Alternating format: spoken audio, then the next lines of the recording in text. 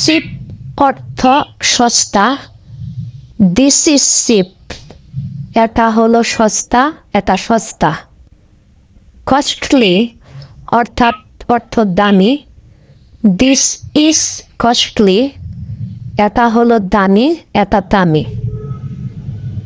Close অর্থ নিকটে। This is close, এটা হলো নিকটে, এটা নিকটে। কোল্ড অর্থ ঠান্ডা। দিস ইজ কোল্ড, এটা হলো ঠান্ডা, এটা ঠান্ডা। ডিপ অর্থ গভীর। দিস ইজ ডিপ, এটা হলো গভীর, এটা গভীর। সেলু অর্থ অগভীর। দিস ইজ সেলু, এটা হলো অগভীর, এটা অগভীর। সফট অর্থ নরম। দিস ইজ সফট, এটা হলো নরম, এটা নরম। স্মল অর্থ ছোট। দিস ইজ স্মল, এটা হলো ছোট, এটা ছোট। স্ট্রং অর্থ শক্ত।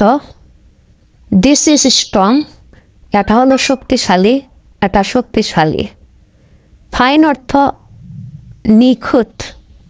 দিস ইজ ফাইন, এটা হলো নিখুঁত, এটা নিখুঁত। ড্রাই অর্থ শুষ্ক। দিস ইজ ড্রাই, এটা হলো শুষ্ক, এটা শুষ্ক। ওয়েট অর্থ ভেজা। দিস ইজ ওয়েট, এটা হলো ভেজা, এটা ভেজা। ইজি অর্থ সহজ।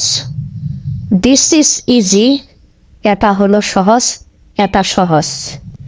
হেভি অর্থ ভারী। দিস ইজ হেভি, এটা হলো ভারী, এটা ভারী। ওল্ড অর্থ পুরাতন। দিস ইজ ওল্ড, এটা হলো পুরাতন, এটা পুরাতন। ব্যাড অর্থ খারাপ। দিস ইজ ব্যাড, এটা হলো খারাপ, এটা খারাপ। ফার অর্থ দূরে। দিস ইজ ফার, এটা হলো দূরে, এটা দূরে। গুড অর্থ ভালো। দিস ইজ গুড, এটা হলো ভালো, এটা ভালো। নাইস অর্থ সুন্দর। দিস ইজ নাইস, এটা হলো সুন্দর, এটা সুন্দর। ডার্টি অর্থ নোংরা। এটা হলো দিস ইজ ডার্টি, এটা হলো নোংরা, এটা নোংরা। ক্লিন অর্থ পরিষ্কার।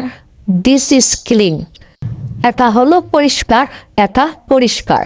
প্রতিটি শব্দকে অ্যাডজেক্টিভ বলা হয়। এগুলোকে গ্রামারবিদগণ অ্যাডজেক্টিভ বলেন।